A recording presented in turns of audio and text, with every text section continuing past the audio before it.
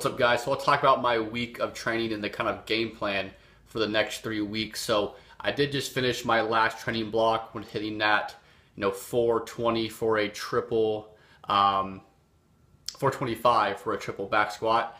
And then I think I hit 250, 255-ish for a triple on bench press, both which were PRs. And then deadlift, obviously I had that kind of like sumo issue, so I kind of just had to scratch that.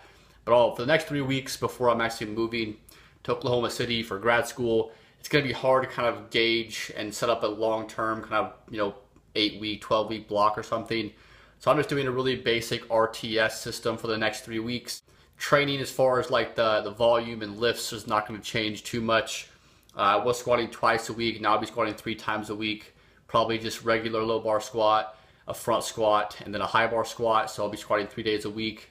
I'll be benching 3 days a week as well. So regular bench press, close grip bench press, not like a longer pause, like a 5-second pause. I'll be deadlifting once a week. That will be conventional deadlift now. And then I'll be doing snatch grip deadlifts, kind of like a lighter exercise on my 5th day of training. Still training 5 days a week. So again, squatting 3 times a week, benching 3 times a week, pulling 2 times a week, and then just picking up the spare with like chin-ups and abs and little assistance work here and there. And then I'll probably be adding some more Olympic lifts as well for the next 3 weeks, just kind of playing around with it, having some fun. I'll be working on like my clean and jerk, which I'm pretty good at right now. Not strong, but at least, my mobility. And then snatch, I can't snatch with my shoulder mobility, so I'm just working on some overhead squats. And you'll see, first time in my life ever, I was able to like go down to parallel at least an overhead squat this week. So that was a really, really cool. I've been working hard on my mobility. It's definitely not ideal. I'm definitely not, ready to be snatching, 500 pounds or something, or even 200 or 100 pounds. But I just did some overhead squats with the barbell, like 5 sets of 5, I think, just to get, the mobility and whatnot. Again, I think the best mobility exercise for an exercise is that exercise. That's a secret. I know, it's a secret's out. So, yeah, Olympic lifting, powerlifting, same kind of thing. Still don't know if I'm going to do that meet. I would err on the fact that I'm not going to do it because I just don't want to like do a meet and not be kind of like all in for it. And again, I won't really know my schedule and whatnot with all the things going down with me in next month. But never know, I might just jump into it for fun. So yeah, guys, powerlifting, Olympic lifting, basic kind of stuff I've been doing. As far as what happened last week, front squats, I PR'd on a front squat. I did, I don't think it's in the video, but I paused 225 for a double and then hit it for a normal double. I should have probably PR'd on squats. I hit 420 for a triple. I should have went for 4. You'll see that video. The rest of the stuff was pretty good, but I think I PR'd on high bar back squat too.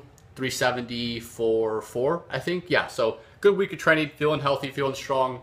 Weights around 180, and yeah, enjoy the video, guys. What's up, guys? So I'll briefly touch upon the topic I wanted to discuss today, or kind of this week, over my training footage. And that topic is just the importance of finding some sort of community, some sort of positive environment that you can latch onto, or you can just kind of be a part of. And this is just such a big part of training. Again, whatever your goal is, bodybuilding or powerlifting or CrossFit or whatever, doesn't really matter. It's such a huge part that isn't talked about. Obviously, we talk about macros and we talk about training programs and periodization and sleep and recovery and supplements. All of these things people, almost by now, even the general population understands that these things are important. But, how many times do you hear people say like, yeah, I started going to this X gym and things just really picked up for me. You don't hear people talk about that as far as maybe not switching gyms, but just having a certain kind of environment that I would say kind of breeds success, or at least allows you easier, or at least to be able to understand what it takes to be successful. So I guess a kind of good example of this is whenever you see people at a gym, if you go to a gym that has a whole bunch of like, moderately strong people, you usually don't see like a 405 squatter squatting with like a 225 squatter. You don't see a guy bench pressing 315 and his training partner is benching 225. The main reason for that being it's hard just to get your ass kicked every day. And again, this is totally different if you just started picking up training and your friend's been training for 5 years. You're probably not going to catch him anytime soon, if ever. But the point being, if two people are kind of on the or they're training together in a serious manner at a gym or even a group of people, usually they're kind of in the same ballpark. There's going to be some outliers who are just superhuman strong. There's always going to be the strongest guy in the gym or whatnot. But again, this is going to be right a lot more than it's going to be wrong. And again, if you've been to a lot of gyms and seen a lot of places, you see this. You see that probably the best example of all time is West Side Barbell in America, where you have almost all of the strongest Americans who are equipped powerlifters train at this gym. And yes, it's not just like random people walk in there and they just squat 800 pounds. You pretty much have to almost get invited to come train there. But still, you see people who may put on 100 pounds in their squat in a couple of months. Why? Because it's not that weird to squat 1,000 pounds there. If you're at a gym where it's looked at cool when you squat 315, then you're kind of content with that. You're like, well, no one around me squatting 315. I guess the good way to put it is you don't know how not good you are. You kind of think you're better than you are because your environment kind of dictates how good you think you are, and no one around you squatting 315, so you're like, I'm a badass. But when you're at West Side, or when you're a lot of, West Side is just the example, but this could be a variety of places. When your friend is squatting 405, you're still squatting 315, but you feel like a bitch now. You're like, man, I got no strength. And again, it motivates you more to work hard, to push, to stay on track, all of those things. So kind of get on a high horse here. But if you have the resources, the access to a literal gym, facility, whatever, that has, not just equipment, equipment totally overrated. I mean just good vibes, good music, you feel good there, you feel comfortable, good training partners, people who are stronger than you, go for that environment. If you have to, pay 20 extra bucks a month, or you have to drive 10 minutes out of your way, that's going to be, just as important as finding a good nutrition program or finding a good training program. So if you have that, guys, or if you can find that, I highly, highly recommend going for it. Molly in that whiskey. That's my. Greg Ferris on his approach to the bar. 350 on the bar right here. He's got a very unique warm-up. He looks at the bar, makes sure it's rolled the right way, gives a big breath out, leans in.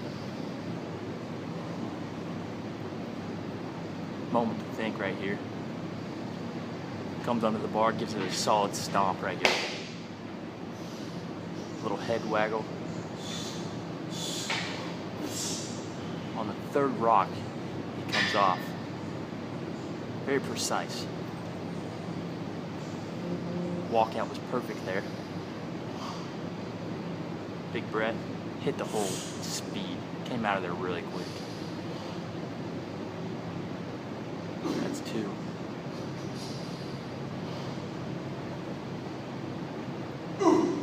Incredible head position.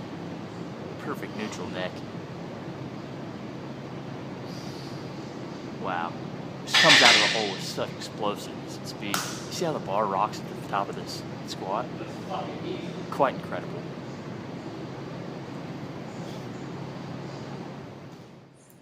I had to put in those LOLs from my former roommate who was kind of making fun of my squat, so I thought that was pretty funny.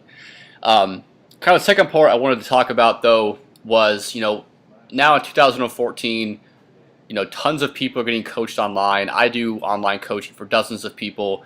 And the community, the positive atmosphere that I talked about in the beginning of the video is not restricted to, a literal sense of going to a place.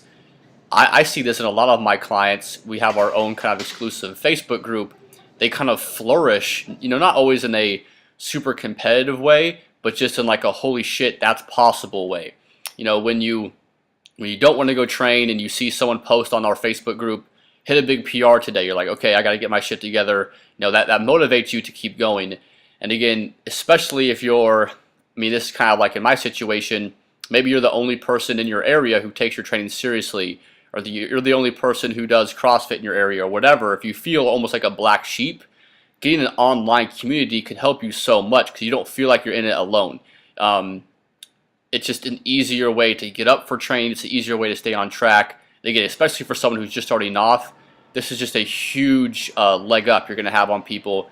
Because again, I love training. Like, if there's probably one thing I had to do every day besides sleep, it would be train.